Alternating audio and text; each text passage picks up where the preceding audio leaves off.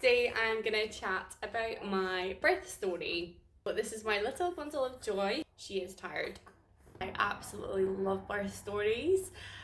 Even when I wasn't pregnant, I was watching birth stories, and especially on the lead up to having my little girl, I watched so many birth videos. Whether it was people sitting down chatting about it afterwards, if it was the full raw videos, love them all. So unfortunately, mine's is just going to be a sit down chat video. I don't have any footage of the birth, and I'll go a little bit into why. I'm going to start with speaking about my birth plan, and how it never went to plan, and hopefully this will help anyone who's pregnant or planning to get pregnant, or who just simply enjoy watching these kind of videos, on my experience of having a baby, and how my plan didn't go to plan. And I feel like that's something that I really want to get across from this video is, if you are pregnant or planning to get pregnant and you've got a birth plan, I would say don't 100% go by that. This is my first baby, and I've always had in my head that I would have loved a home birth because I'm not the biggest fan of hospitals and sort of those kind of environments, although they are the most helpful environments at times. I think just through my own life experiences, I don't really like hospitals or doctors, anything like that. So I kind of wanted to go for a home environment, so I feel like I would be the most relaxed in that environment. So yeah, I planned for a water birth. So I had the pool ready to pick up a week before my due date, and it was pretty much, it was going to be in my living room. Me and my partner had planned sort of some interventions if they were required. So we had gas and air at home. We also had two midwives on call. Yeah, we had everything ready, and she was due on the 5th of April. This little bubba came on the 28th of March, so just a little bit early, over a week early. And yeah, so that was the plan. How did it go? Yeah, my actual birth story started on the 27th of March. I had my final midwife appointment at the doctor's. Make sure that baby was facing down, everything was fine for me to still have my home birth, my blood pressure, checking all of that sort of stuff. When I went to the doctor's, everything took a turn pretty much from get-go. Blood pressure was way higher than normal. So throughout the pregnancy, my blood pressure was absolutely fine. Everything was normal, and that's why the home birth seemed fine to have. There was no sort of cause for concern there. And then my blood pressure ended up wild. They suggested that I go up to triage, up to the maternity hospital to get checked over because it was near my due date. My blood pressure had changed dramatically. So I done that. I went up to hospital and they told me I had preeclampsia. All just kind of went crazy from there. So preeclampsia, for those who don't know, happens during pregnancy, and the only real cure for preeclampsia is to deliver the baby. And it wasn't super early, so it wasn't anything to be really worried about that I was going to be probably delivering early, but it was just a shock to the system because I did feel different. The weeks before the midwife appointment, I had a lot of swelling in my legs. I couldn't really walk barely round the corner from my house, but I did think that was just the end of pregnancy, and I thought I was sort of putting on weight, and that was what the swelling was. But yeah, at my baby shower, people were noticing that it probably wasn't weight gain and it was swelling. So I did have symptoms, I did have signs, but I did sort of think it was just the end of pregnancy. So anyone watching this who has swelling or higher blood pressure than normal, feeling out of breath, maybe walks that you would usually go on feel harder, any sickness, those kind of signs, definitely get checked because it is a really serious condition. It can affect you and the baby. So yeah, please do check yourself if you have any of those sort of symptoms. So yeah, I ended up in hospital, and I think the biggest thing for me was the mindset shifting, knowing that I wasn't allowed to have the home birth anymore. So I was told that in hospital. They said that if I was to have, I obviously could. if I wanted to, but I was basically putting me and the baby at risk. And for being my first delivery, I felt like the best thing to do for myself was listen to the medical advice. Because it is my first pregnancy, I so wanted to just go for the home birth and just pray that everything would be absolutely okay. But I really believe that the health of me and the baby was the most important thing, and not so much the environment that I was delivering in. As long as she was here, safe and healthy, um, I couldn't I couldn't control the fact that I had preeclampsia. There was nothing that I could do, so I had to sort of shift my mindset from the home birth into hospital birth. So from here, they said to me that the baby would probably come in the next few days because of the preeclampsia. Okay, so baby would not sleep when I was talking and telling the story, so she's in another room, and I've moved rooms. So I've moved rooms because she's not sleeping when I'm talking and telling the story. So back to it.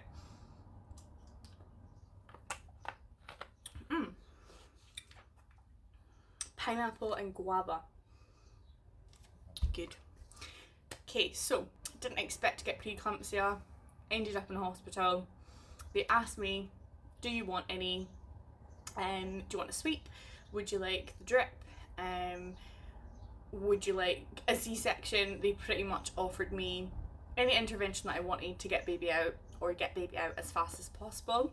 To avoid any risks, they said, we recommend you getting one of these while you're in hospital. It'll bring the baby out sooner, or if it was C-section, right away. Because it was so dangerous to have my blood pressure being so high. So that was such a shock to my system. I didn't plan for any of these things, and I'm sure lots of other women have experienced that, where you're just sort of given these options and you didn't plan for them. So it's a bit daunting. So I decided to go for a sweep.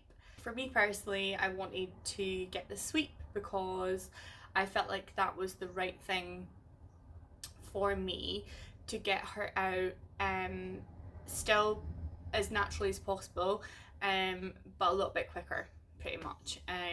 So I had the sweep, and they said you can stay in hospital for a few days. I'd already been in for 2 days with them monitoring my blood pressure. I've already said I hate hospitals, and as much as I'm so grateful and appreciative that I live in a country that I get free healthcare, I'm so grateful for that, but I do like doing things by myself as much as I can when I'm ill or anything like that, until I really, really need the help. So yeah, being in hospital for 2 days was really, really tiring for me, and I had no idea what was coming. I thought I'd maybe just go home and then potentially have a sweep, and then go home, go back into hospital, have her, that would be it. Back home and just have a baby. Hilarious. Yeah, as I was saying, if you've got a plan, if I can give you anything from this video, don't have a plan. I'd just been given the sweep a few hours before. They did suggest that I stayed in hospital, but maybe me, I was like, I'll go home, I'll be fine. I'll come back in when she's on the way. So they checked if I was dilated, and I was 1 centimetre, so they were happy for me to go home and let things progress until I was enough centimetres dilated to be basically monitored in labour.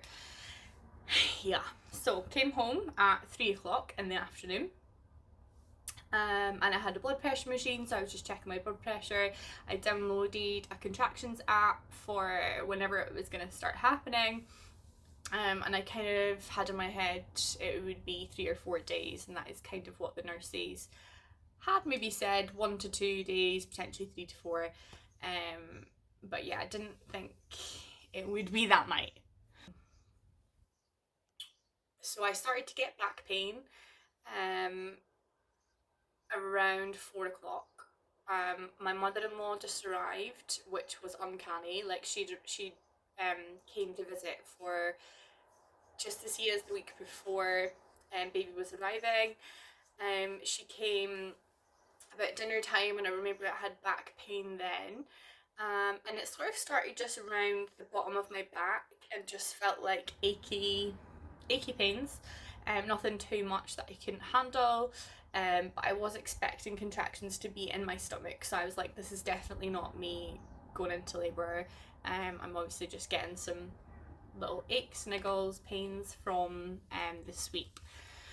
So I then realised about 2 hours after that the back pain was coming in blocks of time. So it was coming every maybe 15 minutes at this point, lasting about 60 seconds.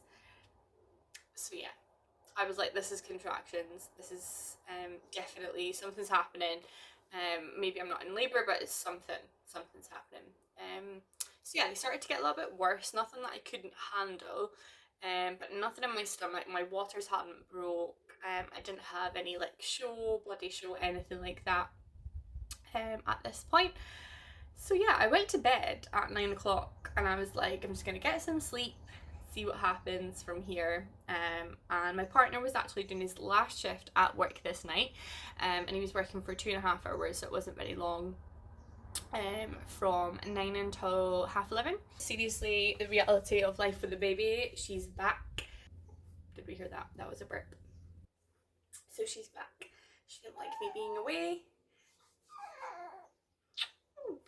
So yeah, I went to bed about 10 o'clock, and said to my partner, if I phone you, I need you, please come home, because I feel like something's happening. But we were both a bit like, it'll still be a couple of days from now.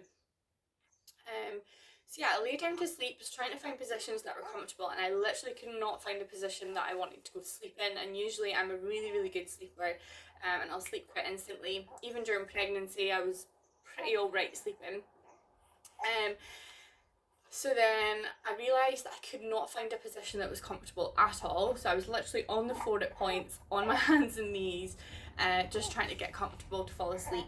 But the back pain was still, coming every probably 10 minutes at this point, and it was getting worse. So my partner came back about 11:30 and I was on my hands and knees, not really realising that I was actually in labour and was probably about 4 or 5 centimetres dilated at this point. But because it was on my back, it was really, really sore, but I did expect it all to be in my stomach, so I was just kind of still in denial. Maybe being my first baby as well, I had no idea what to expect. So if you can relate to this, then yeah, I totally get it. You just don't know what's going on. And with it all being in my back, like I said, I was like, I'm not in labour, this is just back pain. And then we were like, right, we need to phone someone and find out what's going on here. Is this labour after the sweep? So my partner tried to phone the triage and the hospital at where we live, and he was put third in the queue, and then he went to second in the queue, eventually got to first after like 15 minutes, and then they hung up on us, which was amazing. I was in the shower, literally, oh god, like in so much pain, having contractions in my back at this point, and they hung up. So yeah, we tried again, and eventually we got through. And from the way that I was speaking to them, they obviously just knew, and they said, come up to the hospital right now, she's in labour. We were just all like, wow. So me, my partner, and my mother-in-law were all just kind of like, oh my goodness, it's happening. At this point, I had a bloody show. I got out the shower somehow, eventually. My mother-in-law and partner dragged me out the shower. Well, didn't drag me, it's a bit much, but they had to pretty much haul me out the shower because I was in so much pain that I was just wanting to stay there and have her in the bath. I was happy to do whatever. I was probably at that stage where you're not really able to talk. And I was just saying to them, I need to poo. Something's coming out, something's happening. And they were just like, hold on, like, we really need to get to the hospital, your blood pressure, like, is high, so we need to make sure you're fine. So they ran around, I'm pretty sure, packing the bag at this point while I was in the bath with a shower over me. And I felt like I was going to push at this point. So I started to go out to the car, and I can vaguely remember this, but it's one of those moments in your life that you're like, did that happen? So the car was about 5 minutes down from our house. My mother-in-law was going to drive to the hospital. And I think she was just in shock that it was happening. At one point, I think it was just my mother-in-law that had me. I had my arms over her shoulders and I was just trying to walk to the car. But yeah, it was so hard to walk at this point. I remember stopping on someone's wall outside their house and I was just breathing and kind of pushing at this point, but I remember saying to them, I was like, I really need to grunt. I need to grunt and make noises, and they were like, just do what you need to do. It's literally standing in the middle of the street, it's like like making these weird noises. But yeah, it's really primal birth. I think you go right into our primal state, and I think you just release what you need to release and get out what you need to get out. And I always found that so interesting watching other people's birth stories, is the way like women deal with it, and everyone deals with it differently. But I definitely wanted to make those crazy grunting noises, and that really helped me. So yeah, we got in the car, and I was in the back. I was laid down in the back, pretty much pushing in the back of the car. The car felt like it was going so fast at this point. It's just because the motion of moving was just crazy for me. At this point, I was a bit delirious. So there was a couple outside the hospital, and they sort of shouted over, "Do we want a wheelchair?" And my partner was like, "Yes, please." And then they came over with a wheelchair. Literally a minute later, I'm not joking, guys, the midwives ran out of the hospital, like 5 of them running out, like God knows who told them what, but they came running out like it was literally a film, to get me into a wheelchair. They got me on the wheelchair and they asked me, I remember, they were like, how do you want to sit? Do you want to sit on your bum? Or do you want to sit on your knees? What's most comfy? And I just remember hands and knees was the best thing for me, so I was like, get on my knees. Literally on my hands and knees, in this wheelchair, going down the ward, pushing my baby out. It was wild. And then they hauled me onto the bed. My nose started to bleed at this point, which is a little bit scary. I remember Kieran saying, her nose is bleeding, is she okay? And I was like, why is my nose bleeding? I then got onto the bed and I pushed, I think 6 times, and this little one came out. The end. Yeah, so it was very fast. The pushing part was so fast, and I think that could have been down to the preeclampsia and the fact my body just wanted to get it out. My body just knew what to do when it was pushing. It was so crazy. I remember them saying, okay, when you feel a contraction come, push.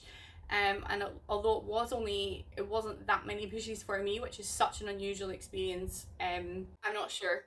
But I got on the bed and they put the gas in my mouth, and I just remember sucking that like there's no tomorrow. Like I was breathing that in and out like nothing else, and it was amazing. That helped me so much. It just took away that back pain. And pretty much they were telling me to push at this point, so that was helping me push so much. What I remember is when I was practicing for birth, when I was doing hypnobirthing techniques or any breathing practices, I was always doing maybe 7 breaths in, 4 breaths out. When it actually came to pushing, your body just knows what to do. Like my body knowing exactly what to do in that moment. When I felt the contraction come, my body just pushed like it needed a big poo, and it just happened. There was no breathing techniques or anything that I practiced that I feel like could have helped me in that moment. I feel like the biggest thing that helped me when I was pushing was knowing that I could do it, and just having that self-motivation and keeping myself going in my head was the biggest thing. So it was almost like a like a workout sort of mindset. I've done a lot of dancing, and I feel like it was like that kind of mindset I've had before, where it's like you need to keep going, you have to keep dancing, just keep going. So yeah, I just kept pushing, and I remember saying like, "Let's do this," or pretty much, "Let's fucking do this." Yeah, that was my way of dealing with it. It's just that kind of workout, grit, determination, let's do this kind of mindset. And I know that sounds really like, to people that are pregnant or have had like crazy traumatic deliveries, they're like, really, like, was that's how you got your baby out? But no, definitely not. Like, I had a long period of back pain, and I had all of that. I had, you know, the preeclampsia before was so dramatic, but the actual pushing for me was the easiest part. No word of a lie. It was just like doing a big workout or a big